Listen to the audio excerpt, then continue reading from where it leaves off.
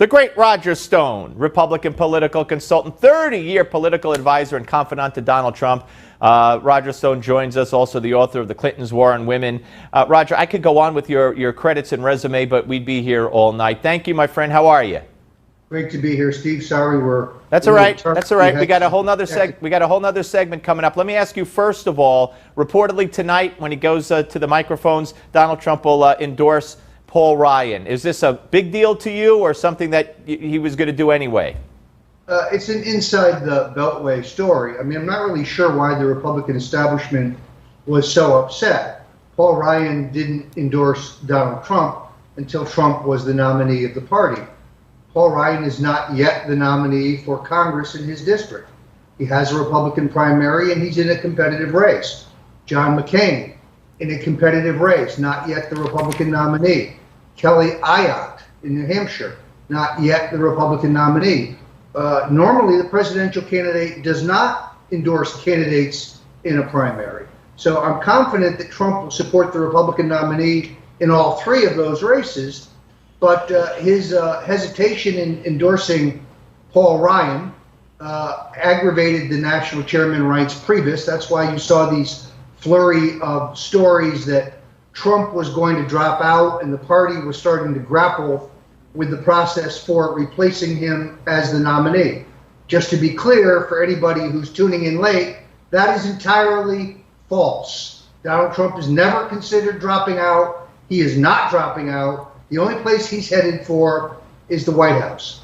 Yeah, I was going to ask you about that, the intervention, that he's going to drop out. All hogwash, all disinformation, which in all honesty, I think started at the Republican National Committee, where they're still upset about Trump's hostile takeover of the GOP, but then gets fanned by the Clinton sycophants in the mainstream media to become a conflagration.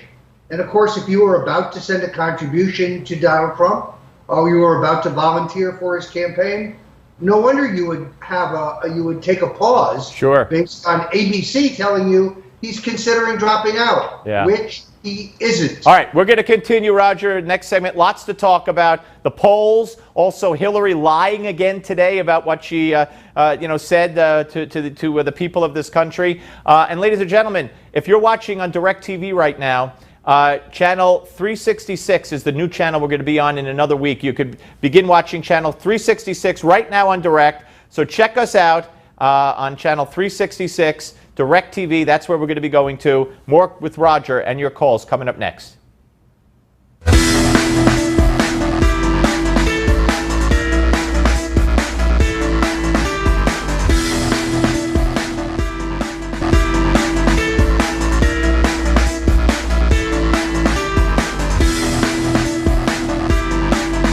Director Comey had said that my answers in my FBI interview were truthful. That's really the bottom line here. And I have said during the interview and in many other occasions over the past months that what I told the FBI, which he said was truthful, is consistent with what I have said publicly. So I may have short-circuited it, and for that I will try to clarify, because I think Chris Wallace and I were probably talking past each other because, of course, he could only talk to what I had told the FBI, and I appreciated that. All right, that's baloney. We documented that in the previous segment. Rejoining us is Roger Stone, Republican political consultant, 30-year political advisor and confidant to Donald Trump, author of The Clintons' War on Women. Roger, she lied again today, and to the credit, the media, the mainstream media, CNN in particular, has been calling her out for this lie.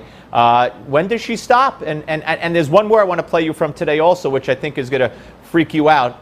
But when does she stop with this lie?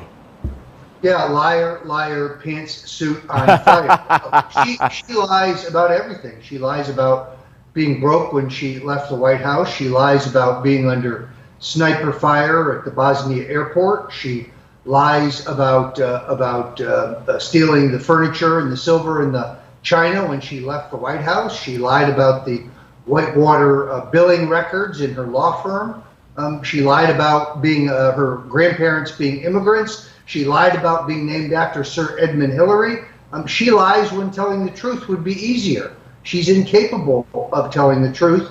It's why she is disqualified from being president of the United States. All right, now here she was at. Listen to this question and this answer today. Here it is. What is the most meaningful conversation you've had with an African American friend? Oh my gosh. Well, can I tell you that I am blessed to have a crew of great friends. She described her African American friends as a crew. Weigh in on that, and then tell me what would happen if Donald Trump did that. Well, first of all, let's be very clear. The reason an entire generation of young African American men are incarcerated today for nonviolent crimes, including possession of small amounts of drugs, is because of Bill Clinton's 1994 crime bill.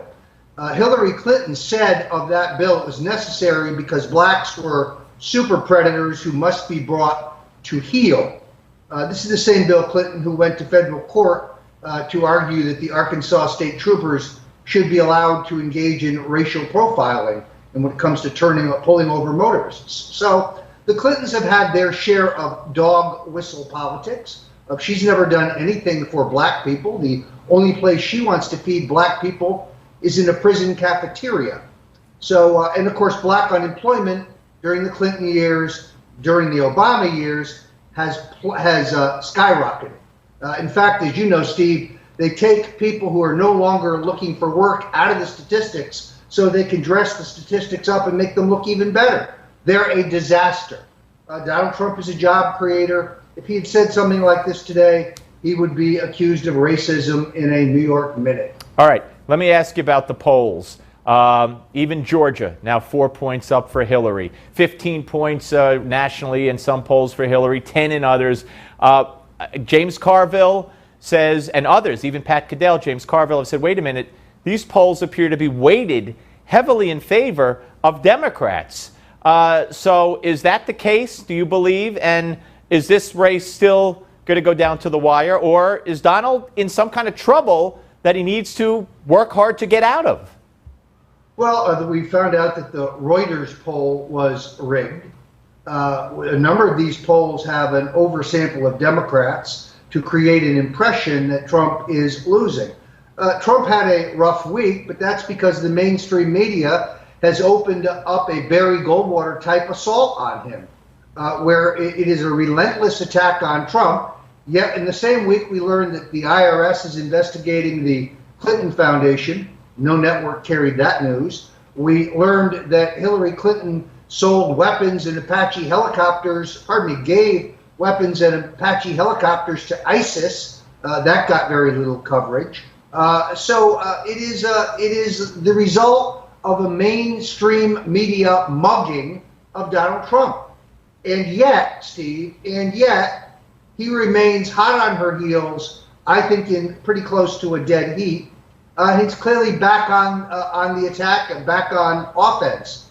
So I'm not throwing up my hands over these polls. This race is going to ebb and flow. There's going to be periods where he's ahead. There's going to be periods where she's ahead. And in the end, as Donald Trump has said, I have a genuine fear that they will try to rig the outcome. I read today on the Fox News opinion site, Julie Roginski, the Democratic consultant, who I like very much and have a lot of respect for, but she says voter fraud in this country is virtually non-existent. Really? Well, that's what the left says all the time.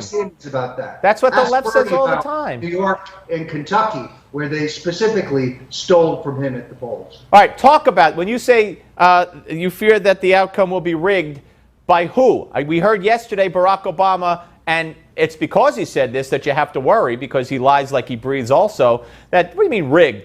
This isn't a nationalized election. I don't have anything to do with it. We don't have anything to do with it. But we know that it's all done by computer. We know computers are hacked routinely. Who do you think might rig it? Well, let's just take let's take the city of Chicago, for example, where they used the so-called Diebold machine. Diebold, it became so notorious that the company had to change their name to Premier Election Solutions.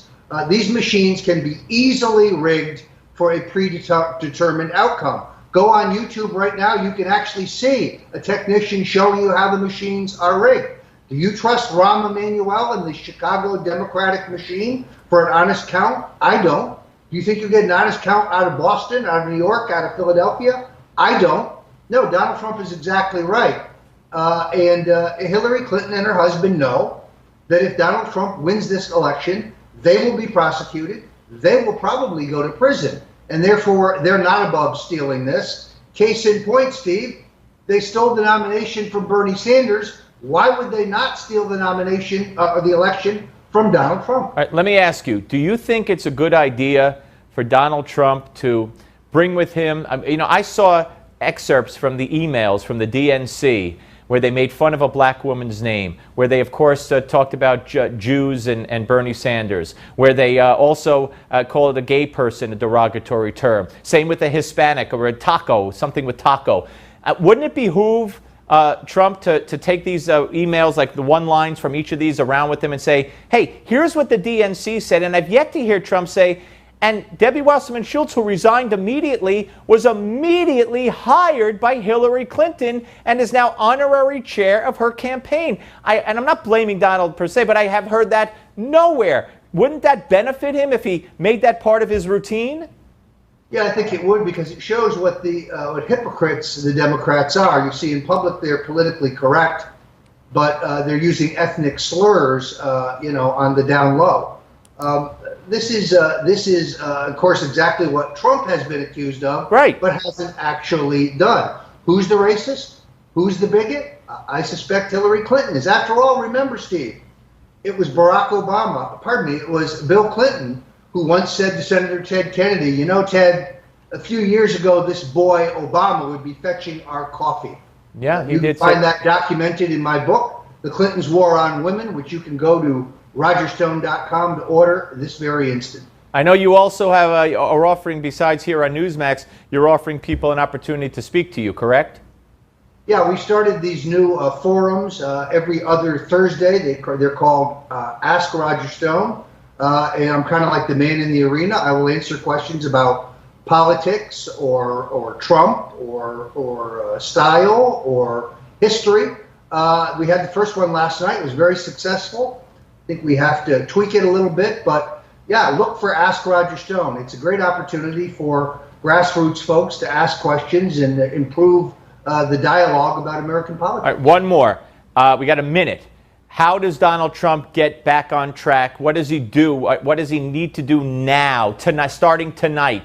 Maybe endorsing Ryan goes towards that direction. Maybe it doesn't. What does he do to narrow those polls starting now? Well, I think he's already begun. He had a very successful trip to Florida yesterday. He had a very successful trip to Iowa this afternoon. He's back on the attack. He's off of defense. I mean, he did get jammed up in what I like to call the con job. I mean, I'm not sure why this man who believes in Sharia law and insists that Sharia take precedence over man-made laws, such as the Constitution, is waiving the Constitution.